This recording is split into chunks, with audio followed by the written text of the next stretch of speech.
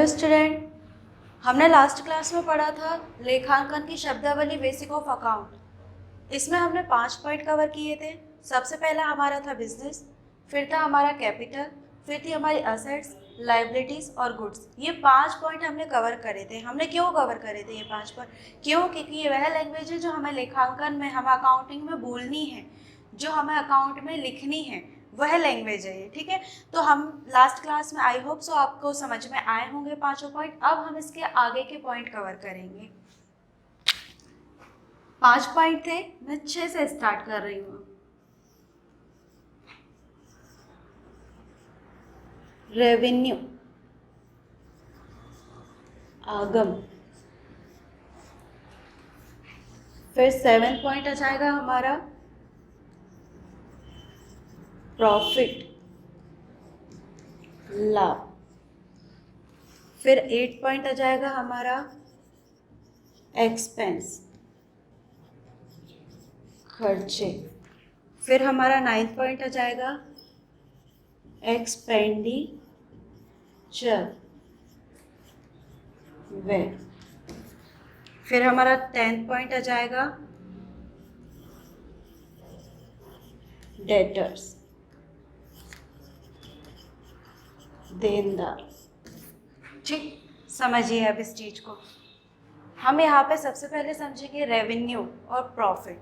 ठीक, रेवेन्यू और प्रॉफिट, इन दोनों में आखिर डिफरेंस क्या होता है? हम कंफ्यूज हो जाते हैं कि जो हमारा रेवेन्यू है वही हमारा प्रॉफिट है, जो हमारा प्रॉफिट है वही हमारा रेवेन्यू। लेकिन ऐसा होता नहीं है। रेवेन्यू और प्रॉफिट, आगम और लाभ, बहुत बड़ा अंतर है। इसको हमें समझना पड़ेगा सबसे पहले। देखिए, मेरे पास ये मार्कर है, मैं इसका व्यवसाय करती हूँ, मैं इसका उत्पादन करती हूँ। ठीक है, मैं इसका उत्पादन करती हूँ तो मुझे इसका उत्पादन करने में कितनी कॉस्ट लग रही है? कॉस्ट मतलब लागत। कितनी कॉस्ट लग रही है? मान लीजिए 10 रुपये मेरी क्या लग रही है? कॉस्ट लग रही है। अब क्या मैं इसे 10 ही रुपये में सेल कर दूंगी? नहीं ना, मेरा तो मेन मोटिव ही है प्रॉफिट अर्न करना। मेरा मेन मोटिव क्या है? लाभ कमाना। तो मैं इसको 10 रुपये में ही तो नहीं सेल करूंगी ना, मैं सारा कुछ अपना देखूंगी आखिर मुझे प्रॉफिट इस पर कितना मिलना चाहिए। तो जाहिर सी बात है मैं इस पर डबल का ही सोचूंगी सबसे पहले तो, कि जो मेरी कॉस्ट लगी है उसका डबल मेरे पास आना चाहिए। ठीक, अब देखिए, मैंने इसको जब बनाया इस मार्कर को, तो इसमें मेरा खर्चा जो हुआ 10 रुपये का खर्च हुआ। ठीक, इसके बाद मैंने इसको सारा कुछ दिमाग में अपने सोच के कि मुझे कितने का सेल करना चाहिए मैंने डिसाइड किया, मेरे संगठन ने डिसाइड किया, मेरे ऑर्गेनाइजेशन ने, मेरी जो वर्कर्स हैं, सब लोगों ने डिसाइड करा। तो हमें तो क्या करना चाहिए? 20 रुपये में एक मार्कर को बेचना चाहिए। 20 रुपये में क्या करना चाहिए? एक मार्कर को बेचना चाहिए। अब देखिए, सबसे पहले मैंने 20 रुपये में एक मार्कर को बेचा। ठीक, इसकी कॉस्ट क्या थी? 10 रुपये थी। 10 रुपये थी, आए कितने? 20 रुपये आए ना मेरे पास। तो कॉस्ट भी इसमें शामिल है, कॉस्ट अभी इसमें से हटाई नहीं है हमने। कॉस्ट इसमें क्या है? शामिल है 20 रुपये में। तो ये जो पूरा 20 रुपये है, कॉस्ट सहित, लागत सहित जो 20 रुपये है, ये मेरा क्या हो जाएगा? यह मेरी आगम हो जाएगी। क्या हो जाएगी? ये मेरी आगम हो जाएगी। मतलब ऑलराउंडर मेरे पास ऑल ओवर कितना आ रहा है, ये मेरी क्या आ जाएगी? आगम आ जाएगी। अब प्रॉफिट, प्रॉफिट क्या है? देखिए, प्रॉफिट क्या है? मैंने 10 रुपये की लागत लगाई और 20 रुपये में मैंने क्या किया? इसको सेल किया।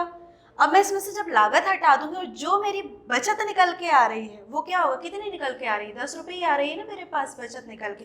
मेरा सेफ कितना आ रहा है? सब कुछ मैंने इसमें से हटा दिया। मुझे वर्कर की सैलरी देनी है, मुझे इसका रॉ मटेरियल परचेज करना है, मुझे जो भी करना है वो मेरी कॉस्ट मैंने क्या करी? हटा दी कॉस्ट।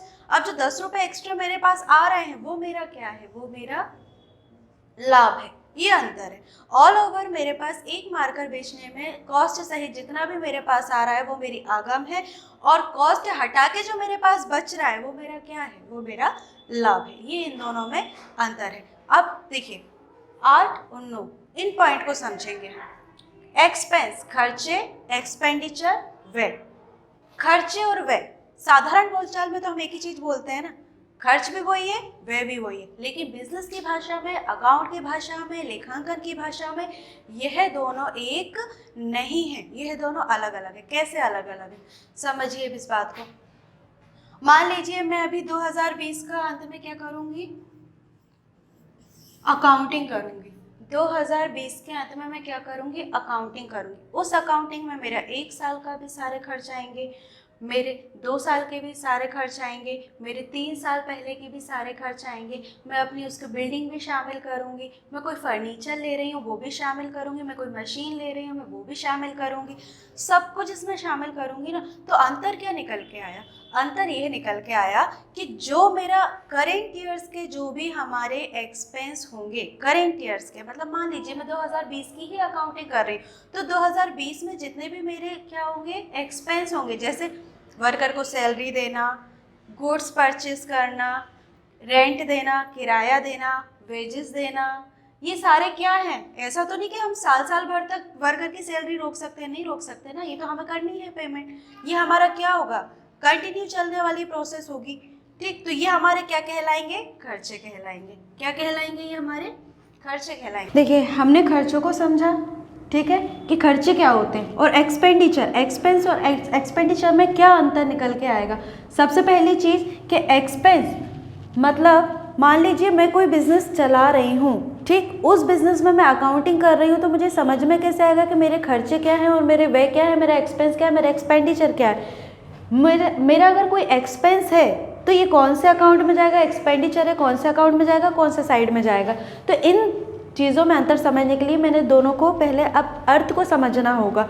सबसे पहले एक्सपेंस, मैं अगर कोई बिज़नेस कर रही हूँ तो बहुत सारे मेरे ऐसे खर्चे होंगे जो 1 ईयर के होंगे, ठीक है, जैसे 1 ईयर के अंतर्गत मुझे सैलरी देना है, वेजेस देना है, मुझे रेंट देना है, ये सारे खर्चे क्या होंगे। मैं इनको ऐसा तो नहीं कि मैंने 5 साल के लिए एक बार सैलरी दे दी तो चल रही है, अब कुछ मतलब नहीं, वो पैकेज वाली बात अलग होती है, लेकिन हम नॉर्मली बात कर रहे हैं यहाँ पे कि 5 साल के लिए मैंने एग्रीमेंट कर लिया कि मैं 5 साल में एक बार आपको सैलरी दूंगी, वो तो नहीं होगी ना। हाँ, पर मंथ, पर 2 मंथ, इस तरीके से अगर चलेगी तो वो हमारे 1 साल के अंतर्गत आने वाला खर्चा होता है। वेजेस, मजदूरी हमें परमानेंट देनी पड़ती है, हमें और क्या, रेंट परमानेंट देना पड़ता है। लेकिन एक्सपेंडिचर, अब ठीक है, सैलरी आ गई, वेजेस आ गया, रेंट आ गया, और भी छोटे मोटे खर्चे जो हमारे डेली रूटीन में चलते हैं वो हमारे खर्चे हैं। 1 ईयर के, करेंट ईयर्स के अंतर्गत जितने भी हमारे जो भी एक्सपेंस होते हैं वो हमारे एक्सपेंस के अंतर्गत आते हैं। अब एक्सपेंडिचर क्या, अब आप मान के चलिए मैं एक बिल्डिंग में अपना बिजनेस चला रही हूँ, अब मैंने सोचा कि मैं एक और बिल्डिंग इसके ऊपर बनाती हूँ, ठीक है, तो वो मैं क्या हर साल बनाऊँगी, नहीं ना, एक बार मैं बना लूँगी। मेरा लॉन्ग टाइम का मैंने क्या कर दिया, एक्सपेंस कर दिया, लॉन्ग टाइम का एक्सपेंस कर दिया। तो ऐसे खर्चे जो हम लंबे टाइम के लिए एक ये मान के चलिए कि इन्वेस्ट कर देते हैं अपनी किसी चीज़ को लंबे टाइम के लिए, तो वो हमारे क्या हो जाएंगे, एक्सपेंडिचर हो जाएंगे। तो एक्सपेंस और एक्सपेंडिचर, इन दोनों में ये अंतर है कि 1 ईयर के लिए जो हमारे खर्चे होते हैं, 1 ईयर के अंदर करेंट ईयर्स के जो खर्चे होते हैं वो एक्सपेंस होते हैं, और 1 ईयर के ऊपर दीर्घकालीन लॉन्ग टर्म जो खर्चे होते हैं वो हमारे एक्सपेंडिचर के अंतर्गत आते हैं। अब आती है डेटर्स। अब आप सोचोगे कि मैं इसको डेटर्स क्यों बोल रही हूँ, फिर इसके बी का क्या हुआ, ठीक है, इसको लिखने में डेप्टर्स लिखा जाता है लेकिन बोलने में इसको डेटर्स बोला जाता है। इतना ध्यान रखना, बोलने में डेटर्स बोला जाता है और लिखने में वी लिखा जाता है, बी साइलेंट होता है, इसलिए हम इसको डेटर्स। अब ये क्या है, देखिए, देनदार, देनदार जिनसे मुझे लेना है, देनदार जिनसे मुझे लेना, उल्टा कर दो, सबसे अच्छी चीज़ है इसको ध्यान रखने की कि उल्टा कर दो, देनदार, देन लेन, ठीक है। देनदार वो इंसान, वो व्यक्ति होते हैं जिनसे मुझे पैसा लेना है, कब, जब मैंने उनको गुड्स उधार में परचेस करके रखा हो, ठीक। मैंने देनदार वह व्यक्ति कहलाएंगे जिनको मैंने अपना माल, अपने गुड्स क्या करे हैं, उधार में देके रखे हुए, वे क्या कहलाएंगे, मेरे देनदार हुए वो, मतलब वो मुझे पैसा देंगे जिनसे मुझे लेना है। इसके अपोजिट आएंगे तो हमारा क्रेडिटर्स,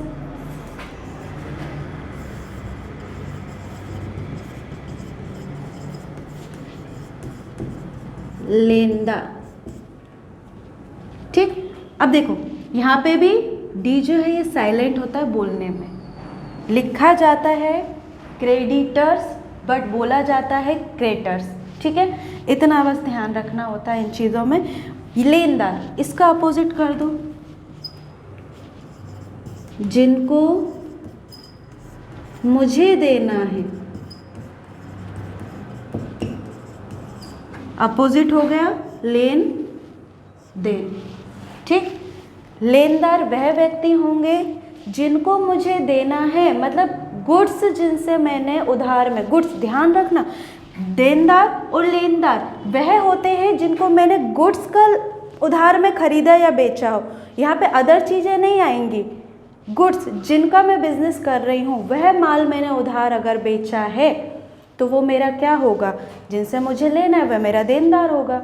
ठीक, और दूसरी चीज़, जिनको मुझे देना है, मैं बिजनेस कर रही हूँ तो मुझे भी तो गुड्स की ज़रूरत होगी ना, रॉ मटेरियल की ज़रूरत होगी, तो मैं भी तो किसी से उधार खरीद सकती हूँ। ऐसा तो नहीं कि हर टाइम मेरे पास मनी हो, मैं भी तो उधार खरीद सकती हूँ। तो लेनदार वह होंगे जिनको मुझे देना है।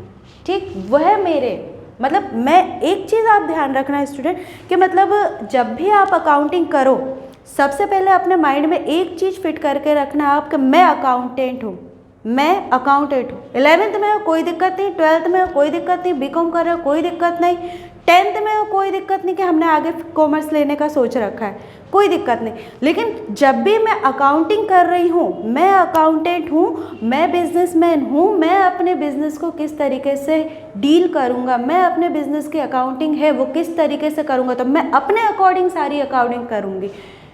देनदार जो मेरे देनदार हैं, लेनदार जो मेरे लेनदार हैं मेरे बिजनेस के। अब देखो, देनदार वो मेरे देनदार है, लेकिन उनके लिए तो मैं लेनदार हूँ ना, तो उनके अकॉर्डिंग नहीं सोचना है, हमें अपने अकॉर्डिंग सोच के चलना है। ठीक है, तो इतना ध्यान रखना है आपको इस चीज़ों में। तो लास्ट क्लास में हमने 5 पॉइंट समझे थे, इस क्लास में हमने 6 पॉइंट समझे, ये हमारे टोटल हो गए 11 पॉइंट।